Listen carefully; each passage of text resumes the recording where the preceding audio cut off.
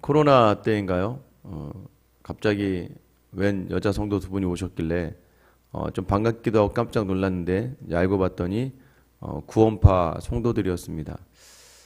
교회가 엄연히 있는데도 불구하고 교회 문을 열고 들어와서 목사인 저에게 목사님은 회개하셔야 된다고 얘기하시더라고요. 맞아요. 뭐 제가 늘 회개는 해야죠. 회개는 그런데 제가 하는 것이지 그렇게 누군가가 저에게 불쑥 찾아와서 이야기할 수 있는 건 아니죠. 한국교 목사님들이 회개를 안 해서 문제가 있다. 맞는 말이죠. 뭐 목사님들이 회개를 안 하면 문제가 있는 거지만 그런 이야기들을 할 때 본인들은 어떠한가? 굉장히 무례한 거죠. 무례하죠. 왜 무례합니까? 예수를 믿는다는 걸 내가 맞고 너는 잘못 믿는다고 감히 이야기할 수 있을까? 하나님께서 우리에게 주신 건 은혜라고 이야기하고 뭐 그 구원파 안에도 뭐 찬양단 이름이 뭐 은혜라는 이름의 찬양단인데 은혜로 된 자리라고 인정하면서도 불구하고 본인들은 계속해서 자기도 은혜로 받은 자리를 왜 남을 판단하는 자리로 갈까요? 이단들이 하는 자리들, 여러분 이단의 무리들이 하는 그 모든 이야기와 말들 은혜라고는 이야기하고 있지만 나만 맞고 다른 데는 다 틀리다라고 생각하는 거예요. 잘못됐다. 여러분 그것은 누가 판단하는 겁니까? 하나님이 판단하는 거예요. 저도 이 강단 앞에서 우리가 회개합시다라고 이야기하는 건 저를 포함한 우리 모두에게 던져지는 메시지지 제가 여러분 개인 누군가를 찾아가서 권사님, 집사님 회개하셔야 됩니다 라는 이 말을 과연 함부로 할 수 있을까? 왜요? 회개하셔야 됩니다라는 그 말은 내가 그분의 행위를 보고 이야기하는 건데 도덕적으로나 세상적으로 봤을 때 누가 봐도 이것이 불법이고 불이라고 느껴진다면 권면할 수는 있겠지만 그러나 그것이 영적인 것이라면 기도하지 않죠. 회개하셔야 됩니다. 여러분 기도는 누가 하게 하시는 거예요? 기도도 내 안에 있는 성령 하나님께서 주도하시고 우리를 인도하시고 때로는 감사로 기도하게 하시고 때로는 간절함으로 기도하게 하시고 때로는 내 안에 어려운 상황을 인하여 기도하게 하시는 분은 하나님이시죠. 기도는 또 무엇입니까? 1시간씩 하는 게 기도인가요? 기도는 2시간을 해야 되나요? 기도는 소리를 질러야 됩니까? 여러분 부모의 이름을 부를 때 소리를 질러 부를 수도 있고 나지막하게 이름을 부를 수도 있고 근데 명확하게 그것이 누구를 부르는지만 확인되어지면 되는 거겠죠. 이것은 그래서 우리가 아무도 건드리면 안 된다 이런 얘기가 아니라 그분들이 와서 제가 이제 그때는 이제 제가 담임 목사 온 지 얼마 안 됐을 때고 또 굉장히 무리하며 화가 났습니다.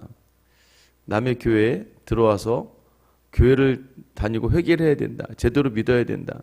자기네 목사가 하는 집회에 와야 된다. 말도 안 되는 터무니없는 그런 말들을 해서 제가 성경을 가지고 한 절 한 절 따지기 시작했습니다.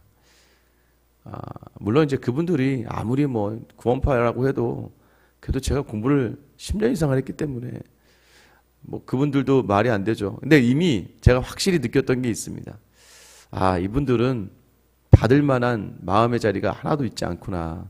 이미 딱 잡힌 자기의 생각으로 아무 변화가 있지 않구나. 바울이 디도에게 오늘 마지막 디도서의 마지막입니다. 사랑하는 아들과 같은 디도에게 권면하면서 마지막에 그에게 던지는 말이 무엇이냐면 9절 말씀이에요. 그러나 어리석은 변론과 족보 이야기와 분쟁과 율법에 대한 다툼은 피하라. 이것은 무익한 것이요 헛된 것이니라. 그래 돼서 만에 그 섬에 들어와 있던 할레파 사람들, 율법주의자들 그들과 다툼을 피하라고 이야기하는 이유는 이미 그들에게 이 다툼의 이야기를 해봤자 아무것도 그들 안에 받아들여질 것도 없고 변화될 것도 없다는 거예요. 그러니까 여러분들도 마찬가지예요. 길을 가다가 이단을 만났을 때 여러분 굳이 여러분 화낼 필요도 없죠. 화낼 필요가 없더라고요. 왜냐하면 여러분 그 사람들을 좀 불쌍하고 국률하게 여기고 그냥 자연스럽게 그 자리에서 여러분의 감정을 표출하지 마시고 조용히 네 저는 됐습니다 그러면서 그냥 지나치시는 것도 괜찮을 것 같아요. 왜냐하면 여러분들이 또 나름대로 또 교회에서 공부하셔서 나름대로 성경을 안다 하신 분들은 괜히 그분들이 잘못됐다는 것을 이야기해주고 싶지만 상대방이 여러분 아무리 이야기를 해도 들을 마음이 없는 완고한 마음을 가지고 있는데 그것이 그들에게 유익하지 않죠. 그 자리가 헛될 뿐이라는, 그 시간만 낭비하는 자리라는 거예요. 10절 11절에 보면 이단에 속한 사람을 한두 번 훈계한 후에 멀리하라. 이러한 사람은 네가 아는 바와 같이 부패하여 스스로 정죄한 자로서 죄를 짓느니라. 한두 번 훈계하는 거예요. 그것이 뭐가 잘못됐는지 그렇게 하지 마세요. 이단이잖아요 라고 얘기하고 안 될 것 같으면 그냥 멀리하는 거예요. 주변에 신천지가 있고 주변에 구원파와 같은 주변에 뭐 하나님의 교회, 뭐 안상원 증인의 여러 이단들이 있잖아요. 여러분 사실은요 그 교회들은요 굉장히 행위를 강조합니다. 그래서 선으로만 따지다 보면 웬만한 교회보다도 더 많은 봉사를 하고 더 많은 구제. 왜요? 이단의 핵심은요 절대적인 경건이나 특별한 경건까지 다가가고 철저한 타락이에요. 근데 살아남는 이단의 특징이 뭐냐면 극단적인 경건. 그러니까 무엇이에요? 막 성경을 이렇게 읽어야 되고 막 전도를 이렇게 해야 되고 막 가서 전도를 하지 않으면 너네가 이 구원받은 사람의 모습이 아니다라고 이야기하고 공부를 해야 된다고 막 이야기하고 막 그러면서 그 모든 것들이 전부 다 행위 중심적으로 계속해서 사람을 몰아치고요. 구원이라고 하는 걸 가지고 무엇이에요? 너 죽을 수도 있어. 네가 구원받지 않는 사람일 수도 있어. 계속 사람의 공포심을 자극하는 거예요. 너는 구원받지 않는 사람일 수도 있으니까 확인해봐. 어떻게 넌 이걸 안 하면서 구원받은 사람이라고 이야기할 수 있겠니? 라고 이야기하면서 진리는 우리를 자유케 하고 우리 안에 평강을 주는 자리인데 종교는 우리를 불안하게 하고 종교는 우리를 불편하게 하고 종교는 우리를 초조하게 만드는 거거든요. 이미 그들 안에 마음은 부패하였다. 그래서 그들과 함께 여러분 진심으로 몇 마디 하지만 그 이상 말하지 말라고. 사실 그때 제가 딱 떠나온 이후에 사실 제가 그때 흥분을 하니까 막 열이 받아서 부들부들 거리더라고요. 열이 받아가지고 화가 나가지고는 입으로 싸움하는 거야. 얼마든지 이길 수 있겠지만 끝나고 나서 그 시간이 너무 아까운 거예요. 제가 그 시간 내가 저 사람하고 지금 뭘 하고 있는 거야. 근데 저 사람 싸워서 이겨서 뭘 할고 받으려고 하지도 않았는데 받을 준비도 안 됐는데 제가 그랬어요. 그냥 손이나 잡고 기도나 해줄 걸. 그냥 그 앞에서 그냥 눈물이나 흘리며 안타까워할 걸. 하나님이 당신 사랑하시니까 신앙생활 잘하실 때 하나님께 온전히 돌아서기를 제가 기도하겠습니다. 이렇게 하면서 그냥 보내버릴 걸. 이런 생각도 하게 되고 웃으면서 그냥 마음 다해서 그냥 참 안타까운 심정으로 바라볼 수 있었으면 얼마나 좋을까 이런 생각을 하게 되었던 것 같아요. 여러분 여러분이 확실히 알 때 우리가 자칫해서 싸움의 자리, 제가 늘 이야기하잖아요. 바울이 유럽을 전도를 할 때 아테네에 가서 그 스토아 철학자와 또 에피쿠로스 철학자들 당대 최고의 철학자들과 논리적으로 싸워 이겼어요. 이겨봤자 남는 건 전도가 안 된다는 거예요. 우리의 자랑할 것은 오직 우리 주 예수 그리스도의 십자가밖에 없다. 싸워 이기려 할 필요도 없어요. 여러분 이미 마음을 보면 알잖아요. 그럴 땐 그냥 웃으며 넘기시고 무시하는 것까진 그렇지만 그냥 그 자리를 적당하게 피하시면 될 것 같아요. 굳이 그 사람들한테 해코지를 내가 하고 싶고 어떻게든 저 사람들 마음을 막 동요시켜서 막 열받게 하고 싶고 이런 마음들은 사실은 우리 시간을 헛되게 할 뿐이죠. 바울은 이 마지막 권면을 끝으로 이제 마지막 디도를 보고 싶다고 이야기를 합니다. 12절이에요. 내가 아데마나 두기고를 내게 보내리니 그때 네가 급히 니고블리로 내게 오라. 내가 거기서 겨울을 지내기로 작정하였노라. 자기를 대신하여 수고하고 있는 디도를 자기가 이제 겨울에는 니고블리라는 곳에 가서 좀 묵을 예정이니까 내가 아데마와 두기고를 너에게 보내고 너를 잠깐 대신할 테니까 너는 나에게 와서 나는 너를 좀 만났으면 좋겠다. 이것이 바울이 정말 디도를 생각하는 마음 아니겠어요? 나 너 보고 싶어. 여러분 저는 여러분들이 믿음의 선배들에게 있어서 여러분들을 보고 싶어 할 수 있는 그런 귀한 교회를 향한 섬김, 그런 믿음의 자리.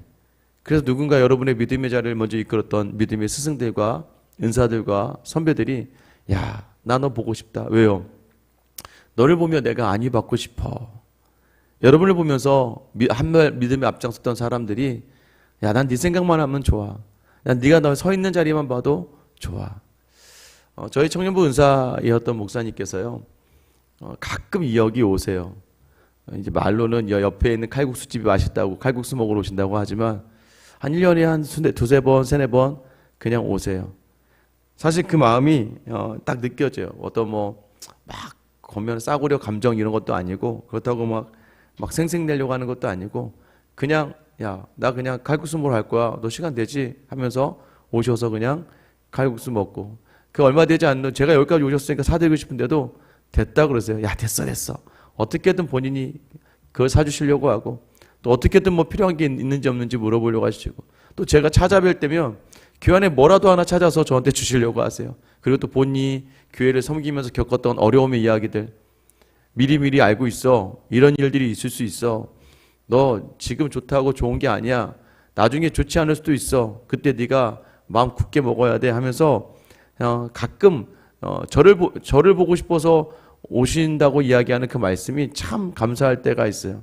그리고 저에게 계속 격려해 주시고 계속 응원해 주시더라고요. 저도 여러분들이 여러분의 믿음의 부모님들과 선배들에게 있어서 야, 이 집사, 김 집사, 야, 김 권사, 이 권사 한번 보자 우리. 왜냐면 내가 너를 보면 기분이 좋아. 디도의 그 정말 신실한 그 자리를 지킴으로 말미암아 또 여러분들에게도 그런 좋은 믿음의 후배들이 있었으면 좋겠어요. 여러분 마지막 13절 14절 보세요. 율법교사나 세나와 및 아볼로를 급히 먼저 보내어 그들로 부족함이 없게 하고 또 우리 사람들도 열매 없는 자가 되지 않기 위하여 필요한 것을 준비하는 좋은 일에 힘쓰기를 배우게 하라. 이런 부족함이 없게 하고 배우게 해야 된다. 그런데 거기에 목적이 무엇입니까? 열매 없는 자가 되지 않기 위하여 필요한 것을 준비하는 좋은 일에 힘쓰게 하라. 이 공동번역본의 성경에 보면 이렇게 해석하고 있어요. 우리 교우들도 선행에 전념해서 남에게 절실히 필요한 것들을 채워줄 줄 아는 사람이 되어야 합니다. 라고 이야기해요. 무슨 말이냐면 성도들이 우리가 믿음 있는 사람들에게 보여줄 모습은 무엇입니까? 우리가 준비가 잘 되어서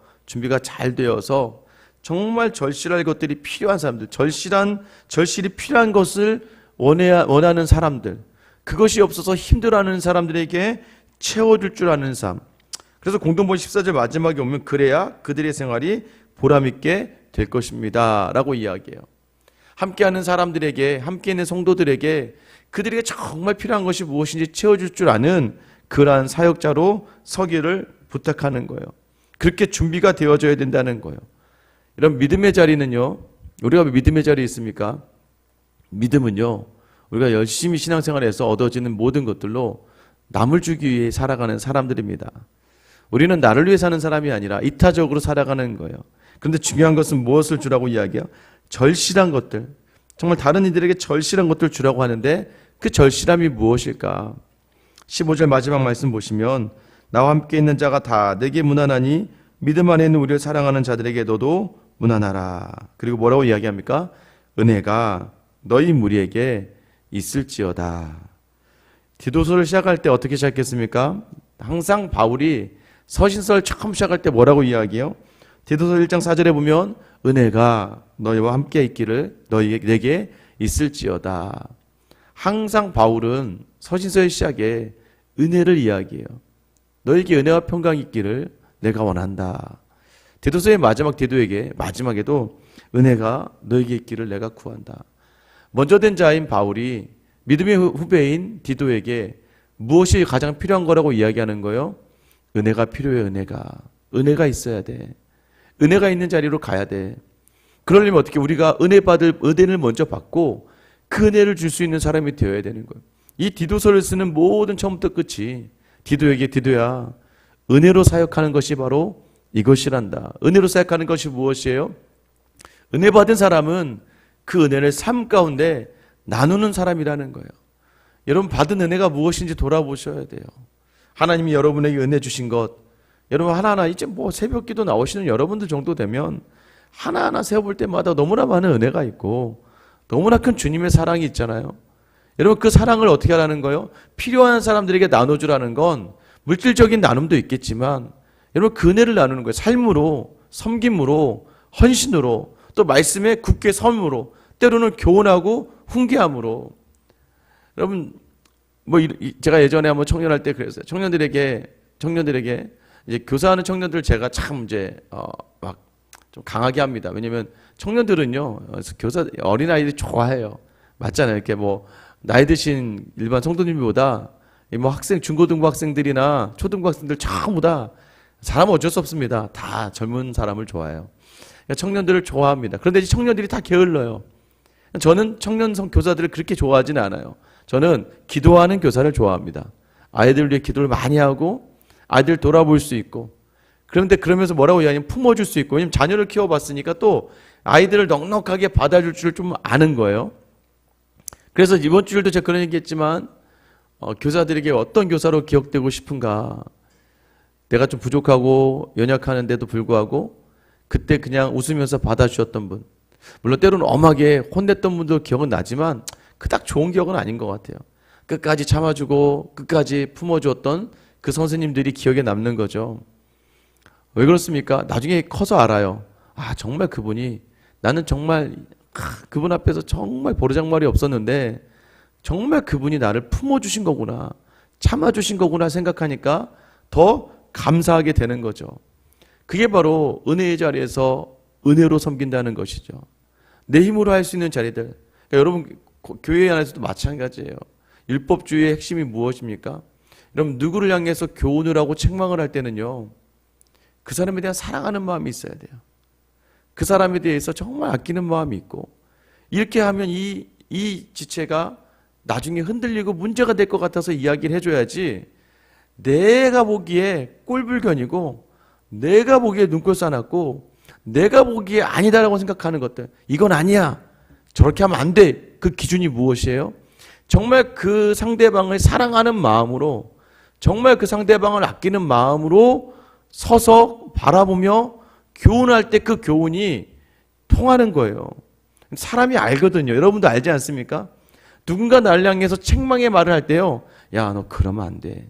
근데 그 말이요, 알았어요, 죄송해요, 제가 다음부터 그러지 않을게 하면서 진심으로 받으며 돌아설 수 있는 이유는 저 사람이 나를 어떻게 생각하는지 알기 때문이에요. 사람은 다 감정이라는 게 있어서요, 지금 저 사람이 기분 나빠서, 샘이 나서, 시기가 나서, 화가 나서, 분이 나서 이야기하는 것인지, 아니면 저 사람이 지금 나를 정말 사랑하는 마음으로, 애타는 마음으로 이야기할 수 있는 것인지 알 수 있거든요. 그래서 먼저 무엇을 보일 수 있어야 되냐면, 모든 관계에 앞서 은혜를 먼저 기억하며 은혜를 보여줄 수 있고, 사람을 대할 때 내가 받은 은혜로 대할 수 있어야 되는 거예요. 오늘 여러분의 가정도 마찬가지입니다. 자녀들에게 그 은혜, 어떤 은혜, 먼저는 내게 하나님 주신 믿음의 은혜도 있지만, 하나님께서 나에게 믿음의 부모들 혹은 믿음의 선배들을 통하여 섬겼던 그 은혜로 자녀를 돌아볼 수 있고, 직장과 교회도 마찬가지입니다. 우리에게 필요한 것이 무엇이에요? 은혜가 필요한 거예요, 여러분. 그래서 마지막에 바울은 디도에게 은혜로 채워라, 은혜로 서라, 은혜밖에 없다. 그래서 모든 수고의 끝이 은혜일 수밖에 없는 것처럼 오늘도 우리에게 권면하는 게 무엇입니까? 은혜의 사람으로 서서 우리가 어렵고 힘든 모든 순간에 은혜를 구하고, 은혜를 구하면 주님 반드시 은혜를 주셔서 하루를 넉넉하게 이기게 하신다는 거예요. 오늘도 여러분의 은혜가 담겨져서 은혜로 살아가는 사람이 어떤 사람인지를 드러낼 수 있는 귀한 하루가 되시길 예수님의 이름으로 축원합니다. 기도하겠습니다. 하나님, 오늘도 우리에겐 은혜가 필요합니다. 아버지 하나님, 왜 내 마음이 불안하고, 왜 내 마음이 동요가 되고, 왜 내 마음이 초조하고 근심이 있고 염려가 있고, 하나님 왜 내 마음에 분이 일어나고 억울해할까요? 하나님, 모든 것이 다 은혜인데 은혜로 하지 아니하고 내 힘으로 감당해내고 내 뜻으로 생각하다 보니 모든 자리자리마다 내 마음대로 되지 않는 일에 하나님 그렇게 무너지고 넘어졌습니다. 오늘 지금 우리에게 먼저 은혜 주시기를 구하오니 하나님, 내 안에 은혜로 충만하게 채워 주시옵소서. 어떠한 사람을 만나던 어떠한 상황에서든 사랑하는 사람들의 그 나를 보며 등을 돌리는 상황 속에서라도 하나님 무너지지 않는 은혜를 오늘 이 시간 주셔서 오늘 하루의 모든 삶의 끝까지 함께 하신 하나님을 경험하는 저와 우리 모든 성도들 다 되게 하여 주시옵소서. 그리하여 은혜로 사는 사람이 어떤 사람인지를 삶 가운데 드러내는 귀하고 복된 하루가 되게 하여 주시옵소서. 끝까지 이 은혜를 주시기 위하여 자기 몸을 내어 주신 예수 그리스도의 이름 받들어 기도드립니다. 아멘. 여러분 오늘 이 시간